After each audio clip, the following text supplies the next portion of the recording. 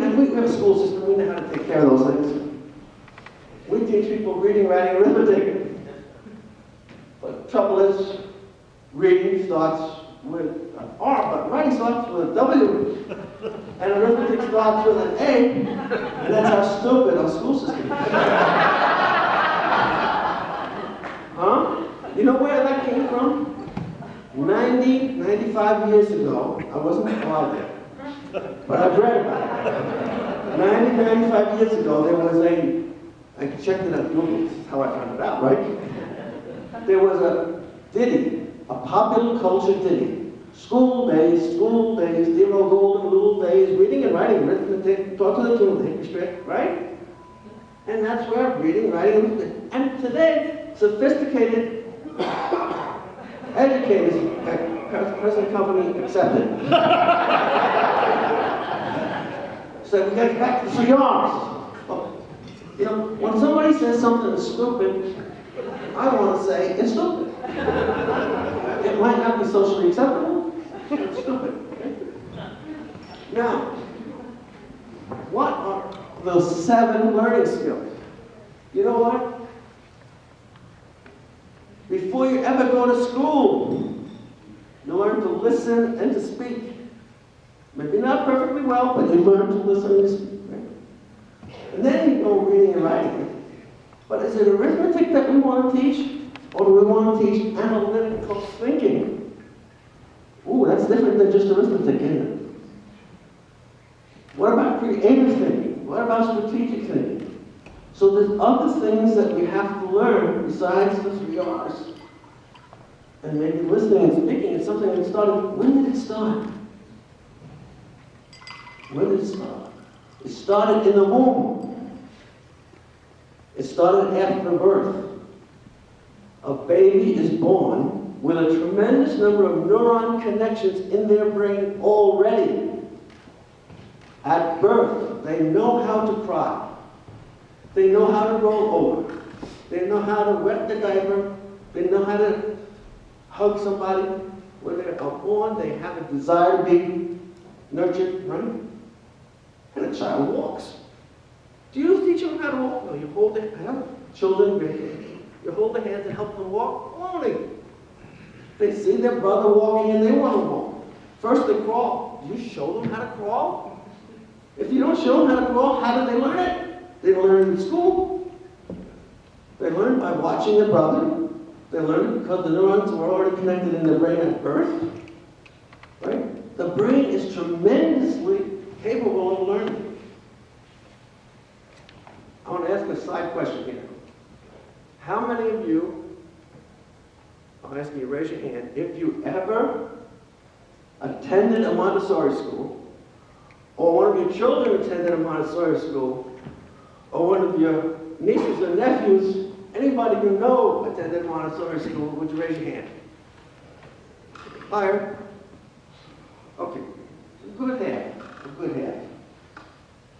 If you haven't read the book, read the book by Maria Montessori, The Absorbent Mind. It was written in Italian, but it's translated into English now. She's been dead a long time ago. Fantastic thinker. And she says, it is if the child has a teacher within its brain. Teachers, give the kids a chance to use their imagination. Don't you dare stifle their imagination. Wow. But the concept of Montessori didn't get into 3 R's. They didn't get into all the bureaucracy that we've got, and they didn't get into so Montessori's got its place. But you've had some experience. Everybody that I've talked to that's had an experience with Montessori thinks it's terrific. But why aren't some of the principles that it uses applied? We did some analysis of thinking, how do people learn? How do you learn to ride a bicycle? You see somebody riding a bicycle, you say, I'd like to ride a bicycle. You ask them, how do you do that? They say, you have to pedal, you have to steer. And they say, could I try? And then you fall. Then I try again and then you fall. Then I try and then you hit a wall. Right? You try again until you finally learn to ride a bicycle. The minute, the second, that you have learned how to ride a bicycle, there are thousands or billions of new neuron connections in your brain that were not there at birth. Huh? The baby at birth did not have any neuron connections that teach them how to ride a bicycle. But they learned it, and neuron connections got formed. How about throwing a baseball? How about hitting a golf? That's a heck of a tough thing to hit a golf ball. How about learning? If you know 6 languages, and I only know 1 language, you've got a lot more neuron connections in your brain in the language section of the brain than I do. If he knows how to play 6 musical instruments and I don't know how to play any musical instruments, you've got a lot more neuron connections in the brain.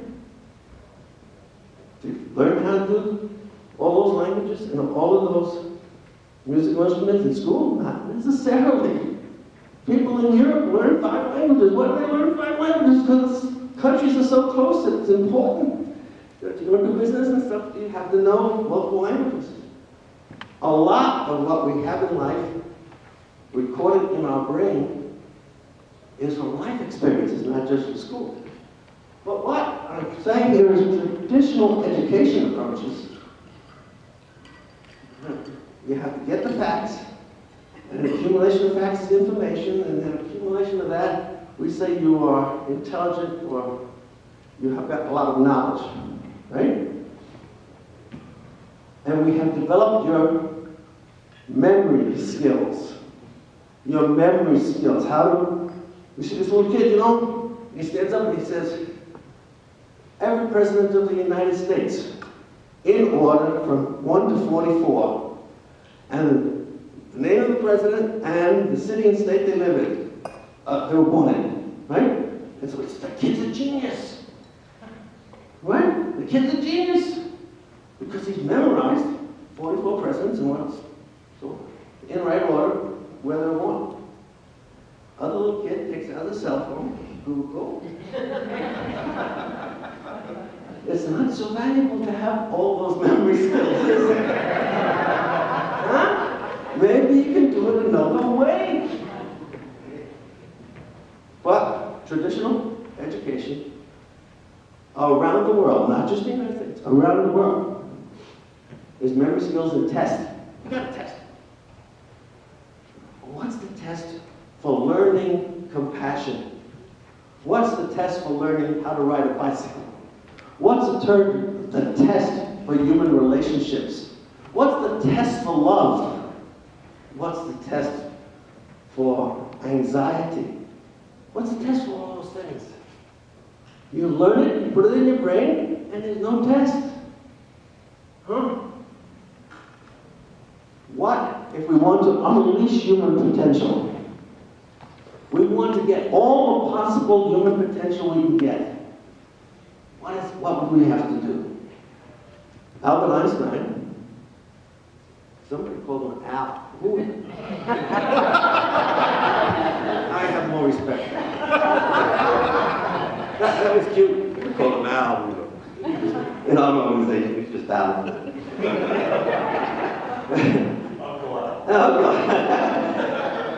Albert Einstein said, I have studied the universe and all the powers of the universe, and the most incredible power in the universe is human imagination.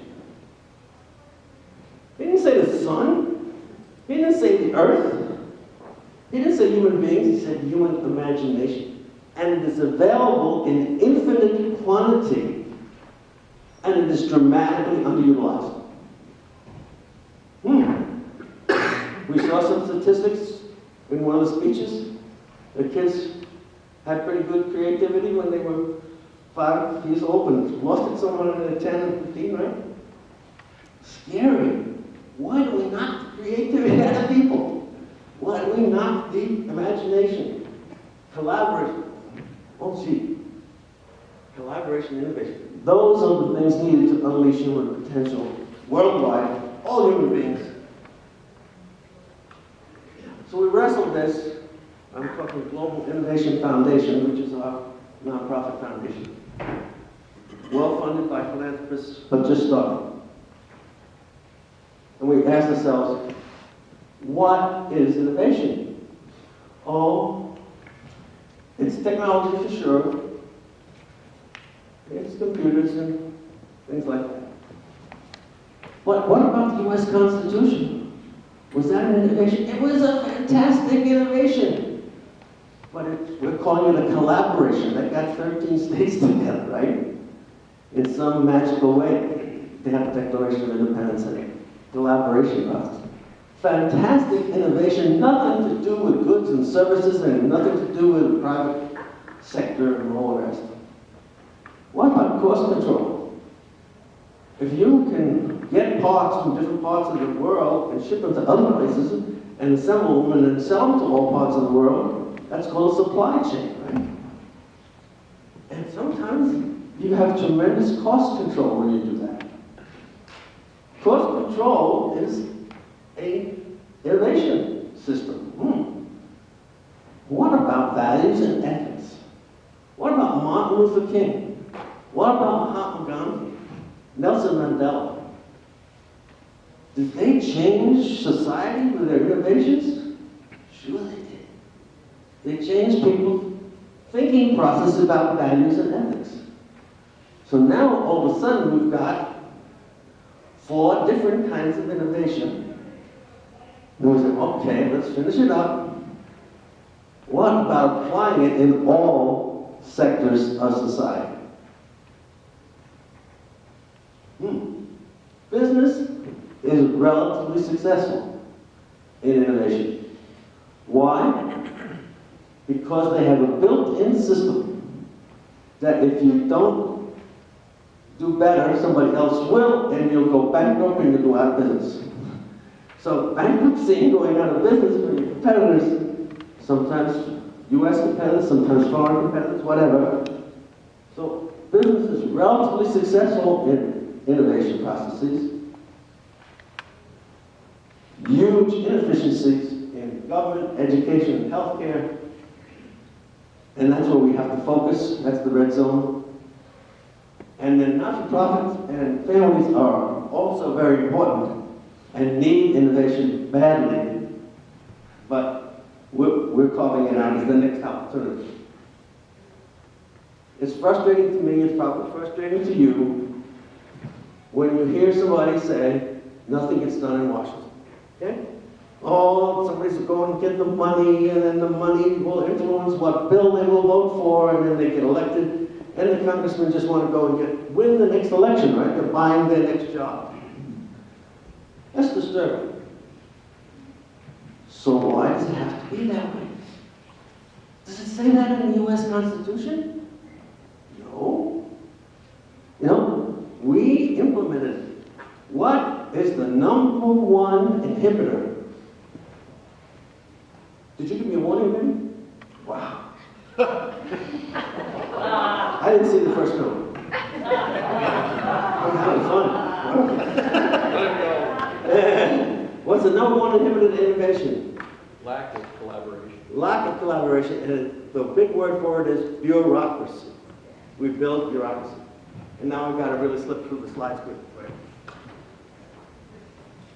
What we have developed is learning exercises to teach people in 5-day innovation workshops collaboration skills and innovation skills and imagination skills.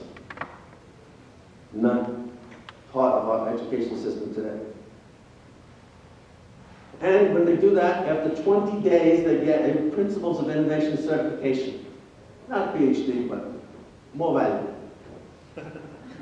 What does PhD give you? You learned a heck of a lot about a teeny-weeny subject. You get a professor who likes you to work on that subject. And what's a professor? What happened in the 15th century to the 16th century? What'd you get a PhD? 5-day innovation workshops, including high school students. Ooh! We call them 5-day innovation vacations.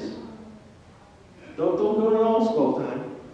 Do maybe in June and August, summertime. But instead of going on a fishing vacation or a beach vacation, take several members of your family, a high school student and grandma and dad, and go to a 5-day innovation vacation.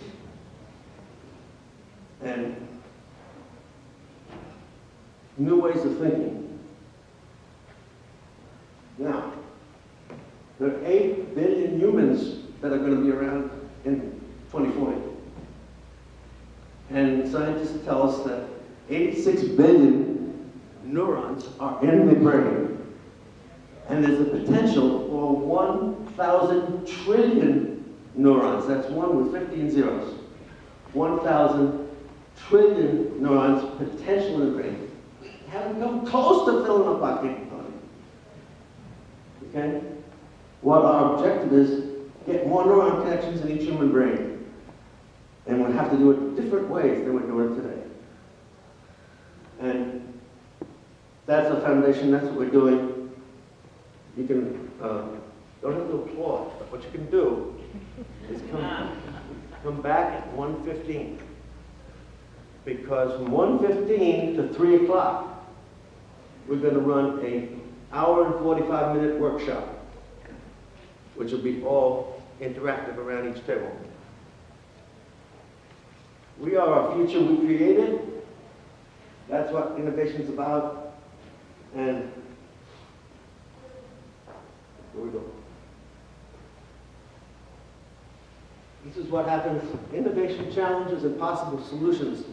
And you, this afternoon at 1:15, will be able to pick the market segments. You want to work about government? You want to work on healthcare? You want to work on families? Whatever market segment you want to work on, we'll work on it for that hour and 45 minutes. That's this afternoon. So is that called a close? That's a close. That's a close.